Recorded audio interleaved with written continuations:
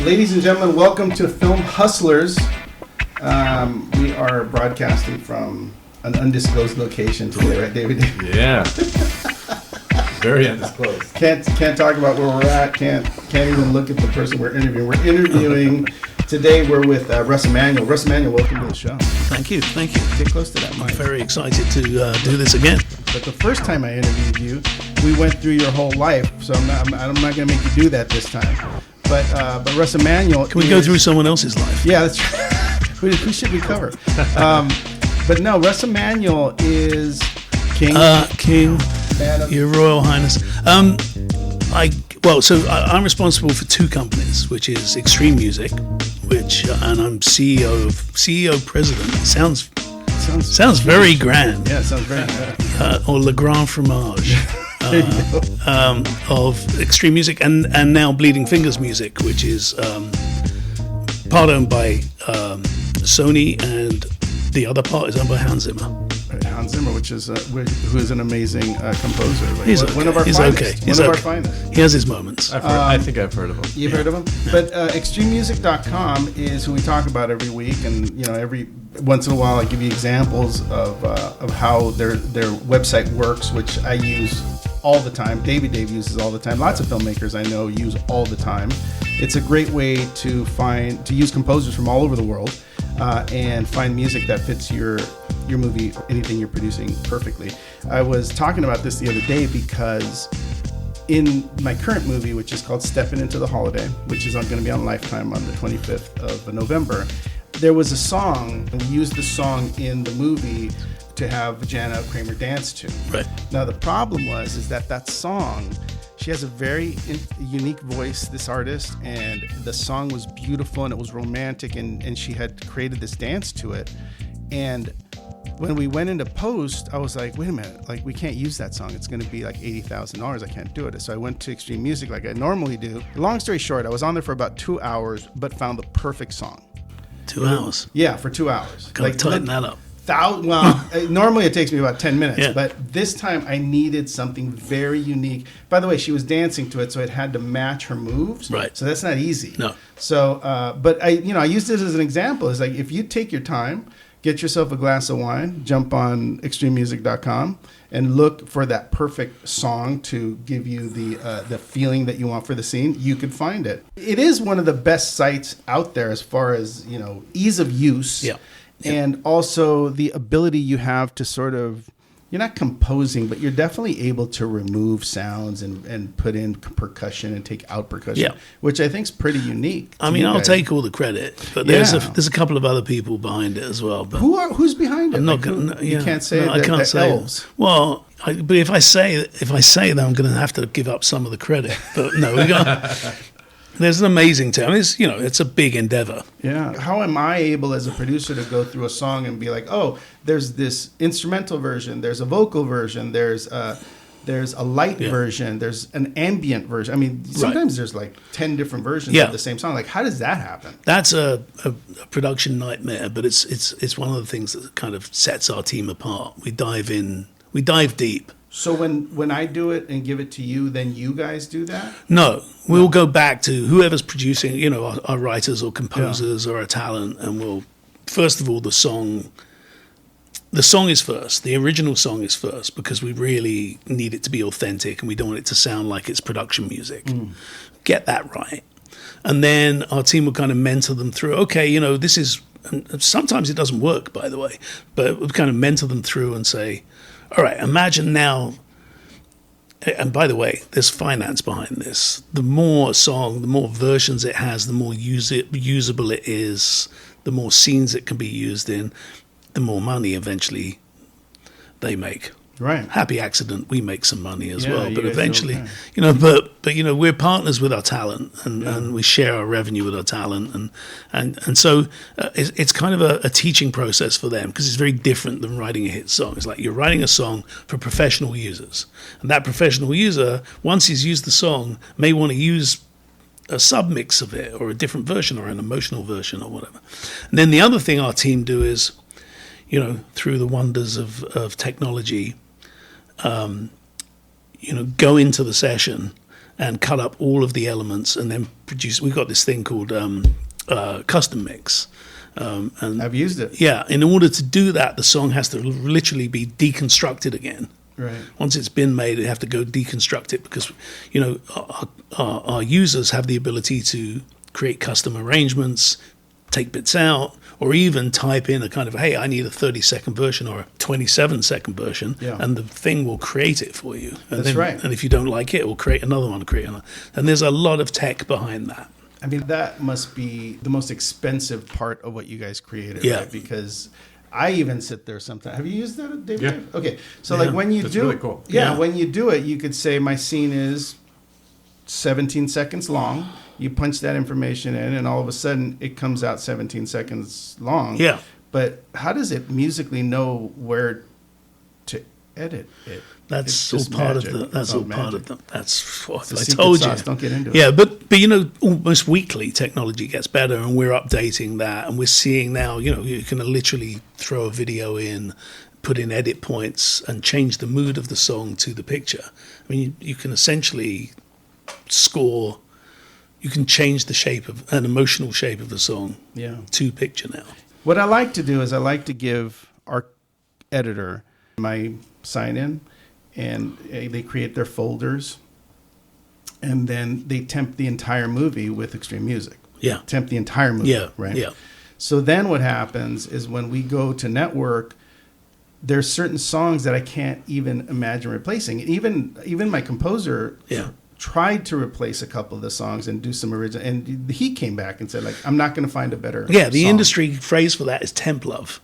Oh, really? Is Yeah, that what it is? that's You fall in called love temp with love. it? You fall in love with it, and that we hope for that. We pray for that because Yeah. it's absolutely true. But a lot of our clients will temp a movie or a project with our music, and then the composer will replace it. But generally, some of it sticks, and that's really our goal. Well, and Yeah. look, as a producer, you do look at a scene and you're like, like there was a moment where I fell in love with where I basically thought there's no way to replace any of it. Right. And then you start to realize, oh, that's not possible because there's love themes, there's character themes, right? There's all that kind of stuff that happens. So then you start to realize, but then there was moments like the song I was telling you about that took me 2 hours to find. I did it for the dance, but I thought, oh, you know what? I'm going to use the beginning of it, which starts instrumental and beautiful. I'm going to use it to end the scene prior. Right. And then I'm going to have him walk down the street with it. And then the vocal is going to start when we go interior. Yeah. And she's going to dance to it. And then I'm going to let her walk out and have this moment with him. And then we're going to end the song. And then we'll bring in the score. And I did that, and it was amazing. But there's so much to do on the site with the music. And I don't know. I just really, it's weird because I look back. I don't want to date myself. I can do that. We I can know. But when I was younger, you would go to post houses and they'd have a wall of CDs. Yeah. And you'd be like, oh, comedy CD. And you'd pull that comedy CD and there'd be like 30 things on it. And you'd be like, oh my God, this is amazing. Like that was amazing to me. That there was action. There was an action CD and there was all these songs.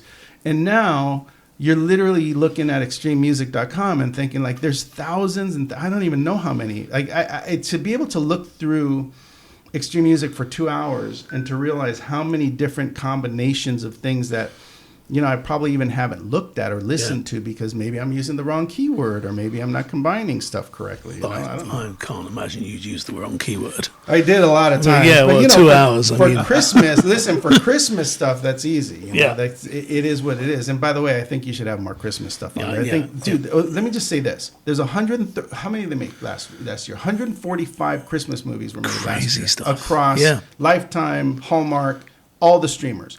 145.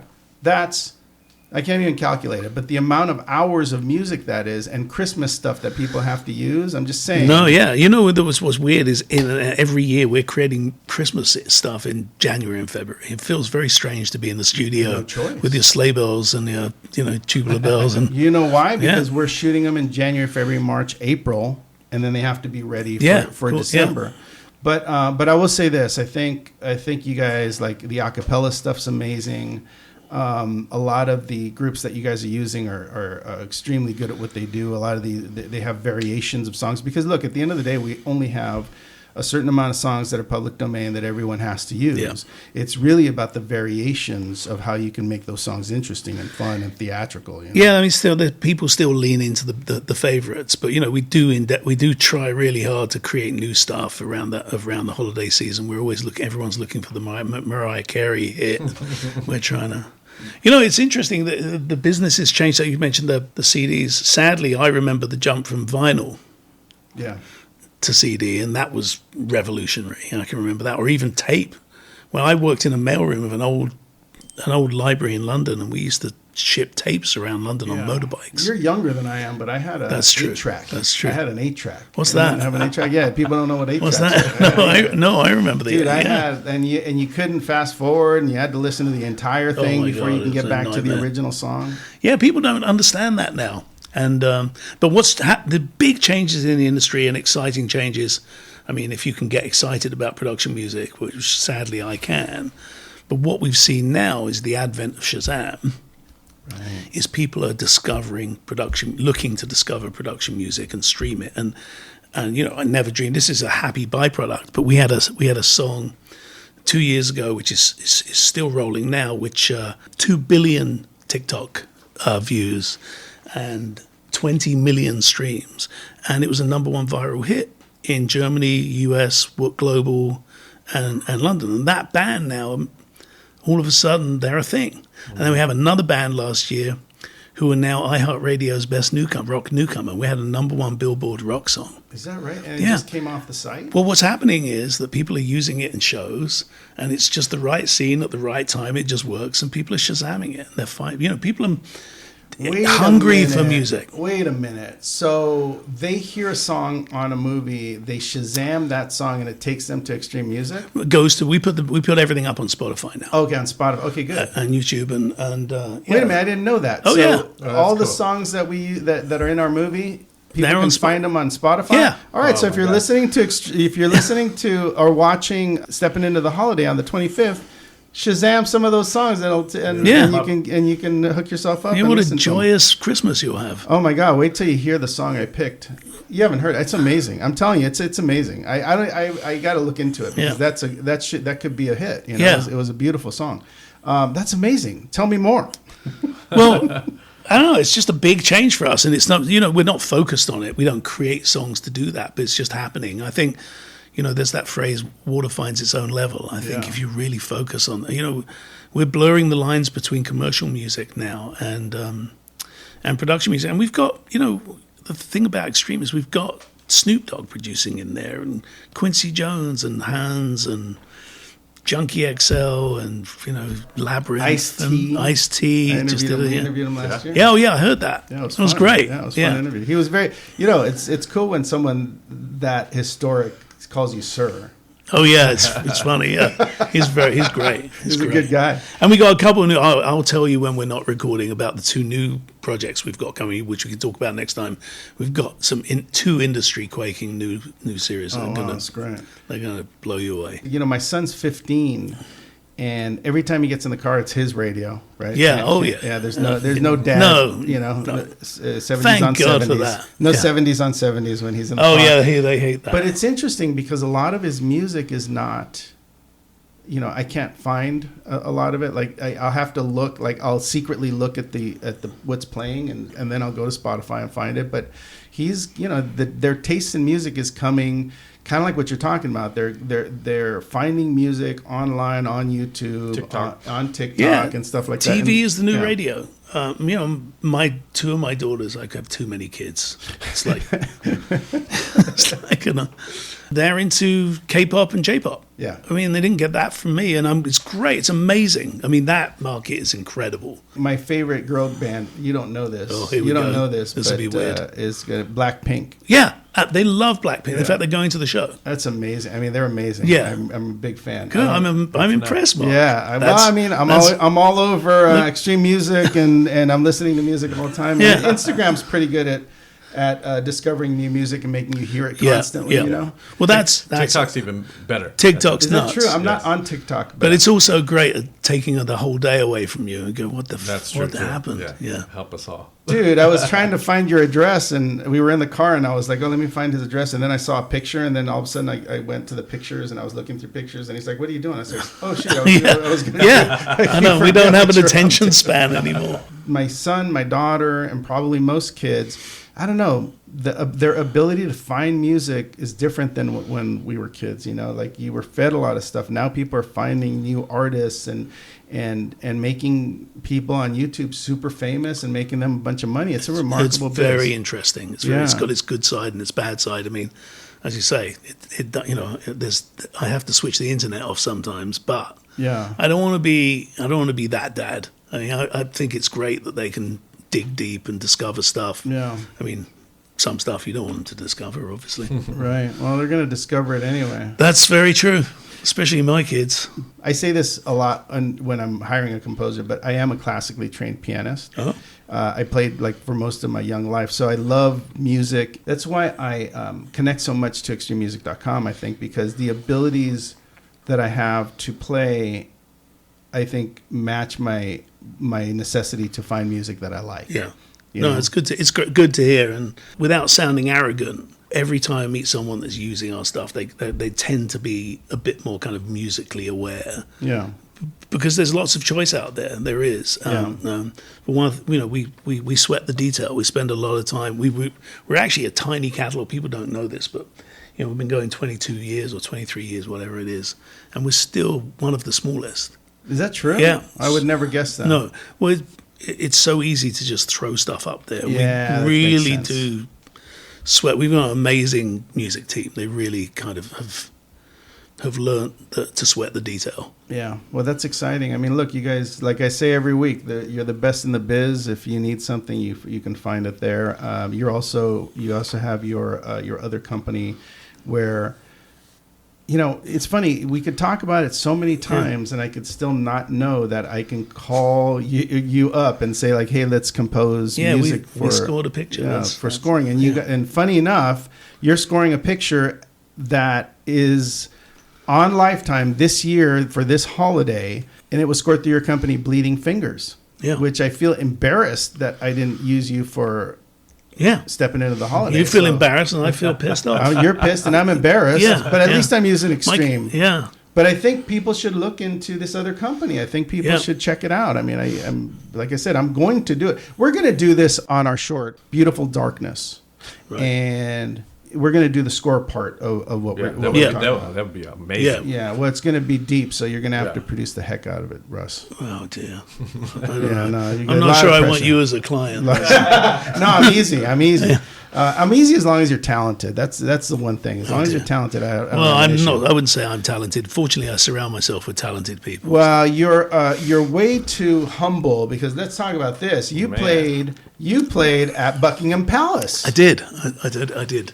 In fairness, I got to be honest.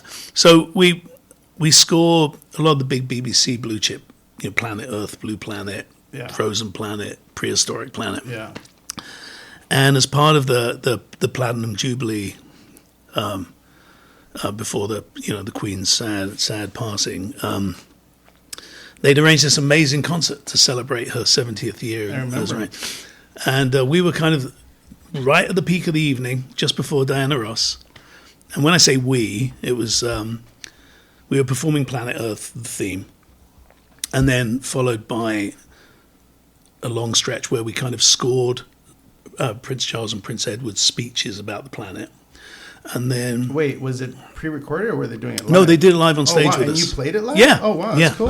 Wow. And we had this huge orchestra. And I don't know if you saw the stage. It was these three stages. I saw it on your Facebook. Yeah, we had the Royal Ballet on one stage, and then the centre stage for them. And then we played Wonderful World with Celeste, who's a big singer over there for me. It was amazing. We were on stage for, I think, 18 minutes, and it was absolutely terrifying. Yeah. It was absolutely terrifying.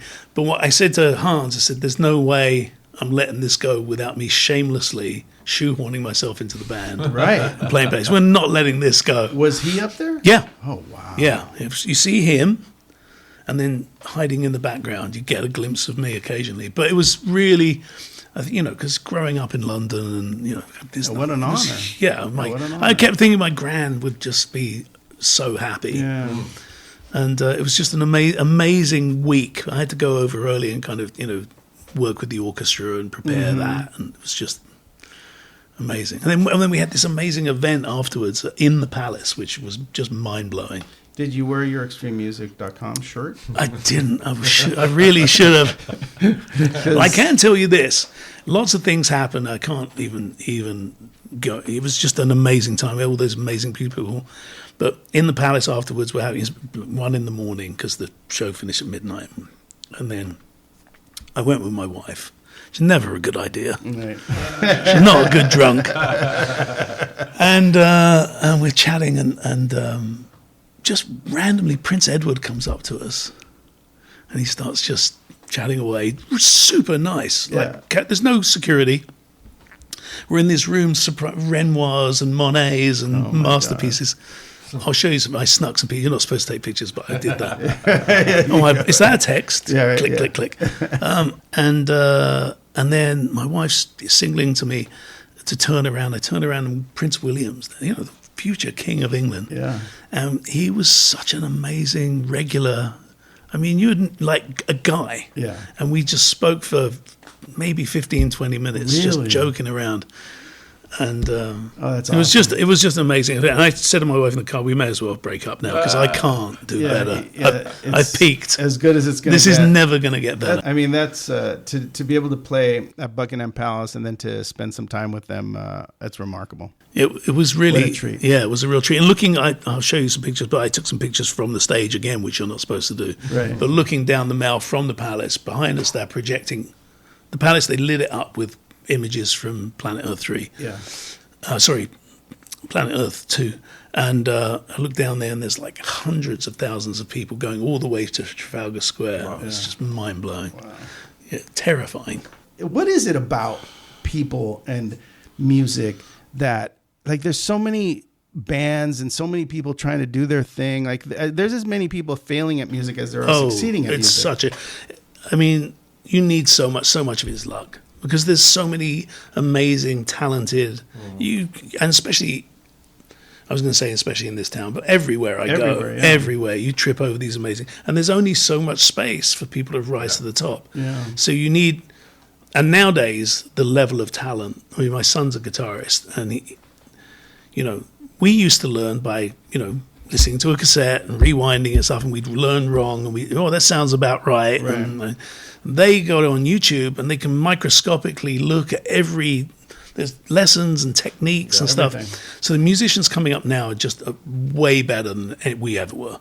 Let me ask you something. Like, as musicians go that are on Extreme Music, yes, from all over the world, is there people in remote areas producing amazing music? Yeah, absolutely. I mean, we're producing in Cuba, we're producing in Africa, Australia. I just wonder if is Australia remote? I mean, it could be. It could be parts of us. In fact, we just did a movie, a series for Baz Luhrmann. Yeah, which is about to be released. Oh, that's amazing. And we used some really, some indigenous players that were just incredible. That's cool. I mean, because you do think like sometimes every once in a while on YouTube you see like a musician that's in their looks like in the middle of nowhere. Yeah, they're in the middle of nowhere and they're producing this amazing music. Well, now they have a reach. Now they can get. I mean, we discovered this player we used on prehistoric planet, which is 60 million years BC, and we had to create instruments to kind of. How do you score a dinosaur? Right. Really looks like feels. This. Da, da, da, da, oh yeah, of course. Damn, I wish I. Do I have to pay for that? Yeah, you do. No. But we're able to kind of we always want to kind of bring in instruments that sound unusual, and we're able to now discover just using YouTube all these amazing players that are uploading video. Reach out to them directly. They get a message in a minute, and all of a sudden. Yeah. They're excited because they've got a chance to perform and get a credit on a international show. They never would have happened. Sure. Yeah. Wow. And we're recording in Iceland. And just Frozen Planet. We just use this incredible Icelandic choir, and some of these. I just think the world of opportunity is so wide now. It's only going to get wider. Yeah. Those shows you're mentioning, part of the attraction and why they're so great is because of the music. Yeah. You know, because they can't make you feel this. You know, you can't just show a dinosaur or show like, you know, millions of years ago. Like you have to have music kind of driving your interest, you know, and driving your feeling about what you're watching. So that's super cool. And I think it's easy for composers to do. You probably know more than I do, but it's amazing when you talk to a composer and then you send them off with picture and they come back and you're blown away. I know by it's it. such a great feeling. Yeah, and sometimes things aren't perfect, or you know what I think I respect most about composers is that even if they come back and you don't love it, and you make notes on it, you know, like even the score, I would say like 70% of a score I'm happy with, and then about 30% we got to talk about. And we talk about it, and they go away for 2 days, and they come back, and it's the same feel, but they've just made some adjustments here and there, and it's remarkable to me. Like, you know, I'm sitting here in Russ's place, and there's like all these pianos and all these instruments, and you know, just the idea that you know how to use them and you know what to do with them is pretty remarkable. Yeah, that would be nice if I did. Actually, you don't. That's what I was going to say. You probably don't. It looks great. It looks amazing in here. YouTube it. Hey, get on YouTube. You'll figure it out. Yeah, I'll figure it out. You scored a movie for Lifetime. Now, our movie on Lifetime, Stepping Into the Holiday, airs the day after Thanksgiving, 11/25. And the movie you scored, 11/26, the 12 Days of Christmas Eve. That's when that shows. And that's starring Kelsey Grammer and his daughter. Yeah, amazing. Oh, that is his daughter. That is his daughter. Yeah, I had heard about this. So I'm score producer on that. Cara Talvi is the composer, great composer. And how did you find her? She started with us as a composer's assistant, but very quickly, you know, we've being based on Hans's studios, we get incredible talent coming through, and she just had the right stuff, and you just know straight away. You just know sometimes, right? Yeah, and you know, nothing gives us greater pleasure than spotting talent early and making sure. You know, the old route of sitting as a composer assistant for 10 years, waiting for them to get sick and not show up one day. Yeah. Generally, it's like stepping on talent, because what you end up with is a clone of the composer that they assisted. Right. And what our goal is to do is capture lightning in a bottle, find talent, you know, surround it with support, producer, coordinator, score managers, so that, because those are all skills that they have to learn and to do take time. But so we can quickly just go, okay, you focus on creating amazing music. We'll help you put it all together and deliver it and talk to the client and help you through that process. And we've had amazing success. Funny enough, and this isn't her fault, I've got 20 of these guys I could talk about. Yeah. But as a shining example, assistant, amazing talent, she stepped in and became the composer on The Simpsons at the age of 23. Oh, wow. Which is, you know, 23 of... By the way, it's not enough female composers. It was a big thing for us to bring more into the industry. We've got 5 out of our team of 20. I want it to be 50-50. Right. And So we're now starting to see that. And then, again...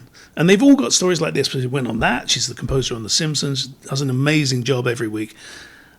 That Baz Luhrmann show... Yeah, she composed that. Wow. He called me.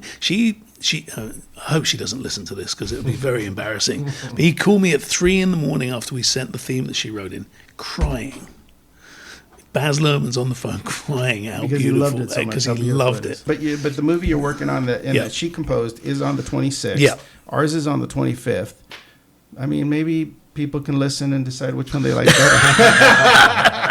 Well, music-wise, you know, I think they're both going to be terrific. Yeah, I'm really happy with our score. Yeah. My composer's from Mexico. Oh, yeah. fantastic. So it was all international. I did it all. Did he score it from Mexico, or is he? Yeah, no, he did it there. Really? Yeah. Oh, I'd love to. What's his name? He would send it over. His name's Cesar Vega. Great. Yeah, I'll send you a link. But it was all remote, and he was amazing. And that's what gave me the idea when I started working with him to create our themes, the dance sequences. And I found, like, you know, to be honest, he sent me 3 songs, and I didn't make any adjustments. I was like, they're fantastic. Great. I loved them.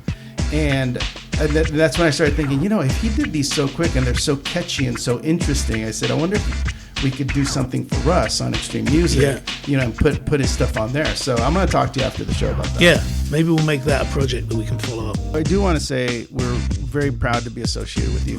Thank you for supporting the show. Yeah. Feelings mutual.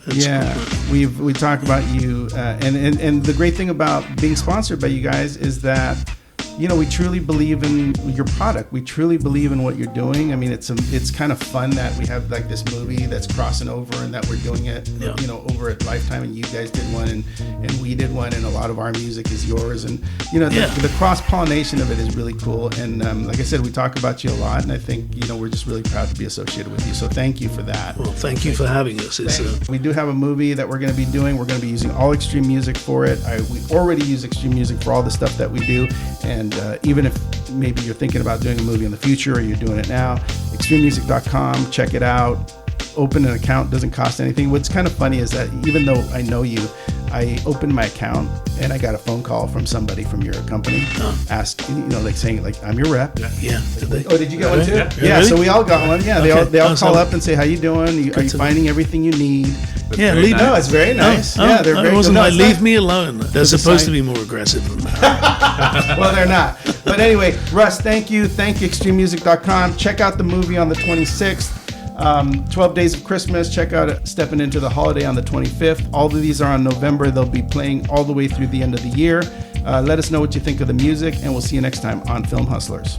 Yay. That was cool, man. Thanks Amazing. I know you're busy, but it's nice to see you. No, it's great to see you.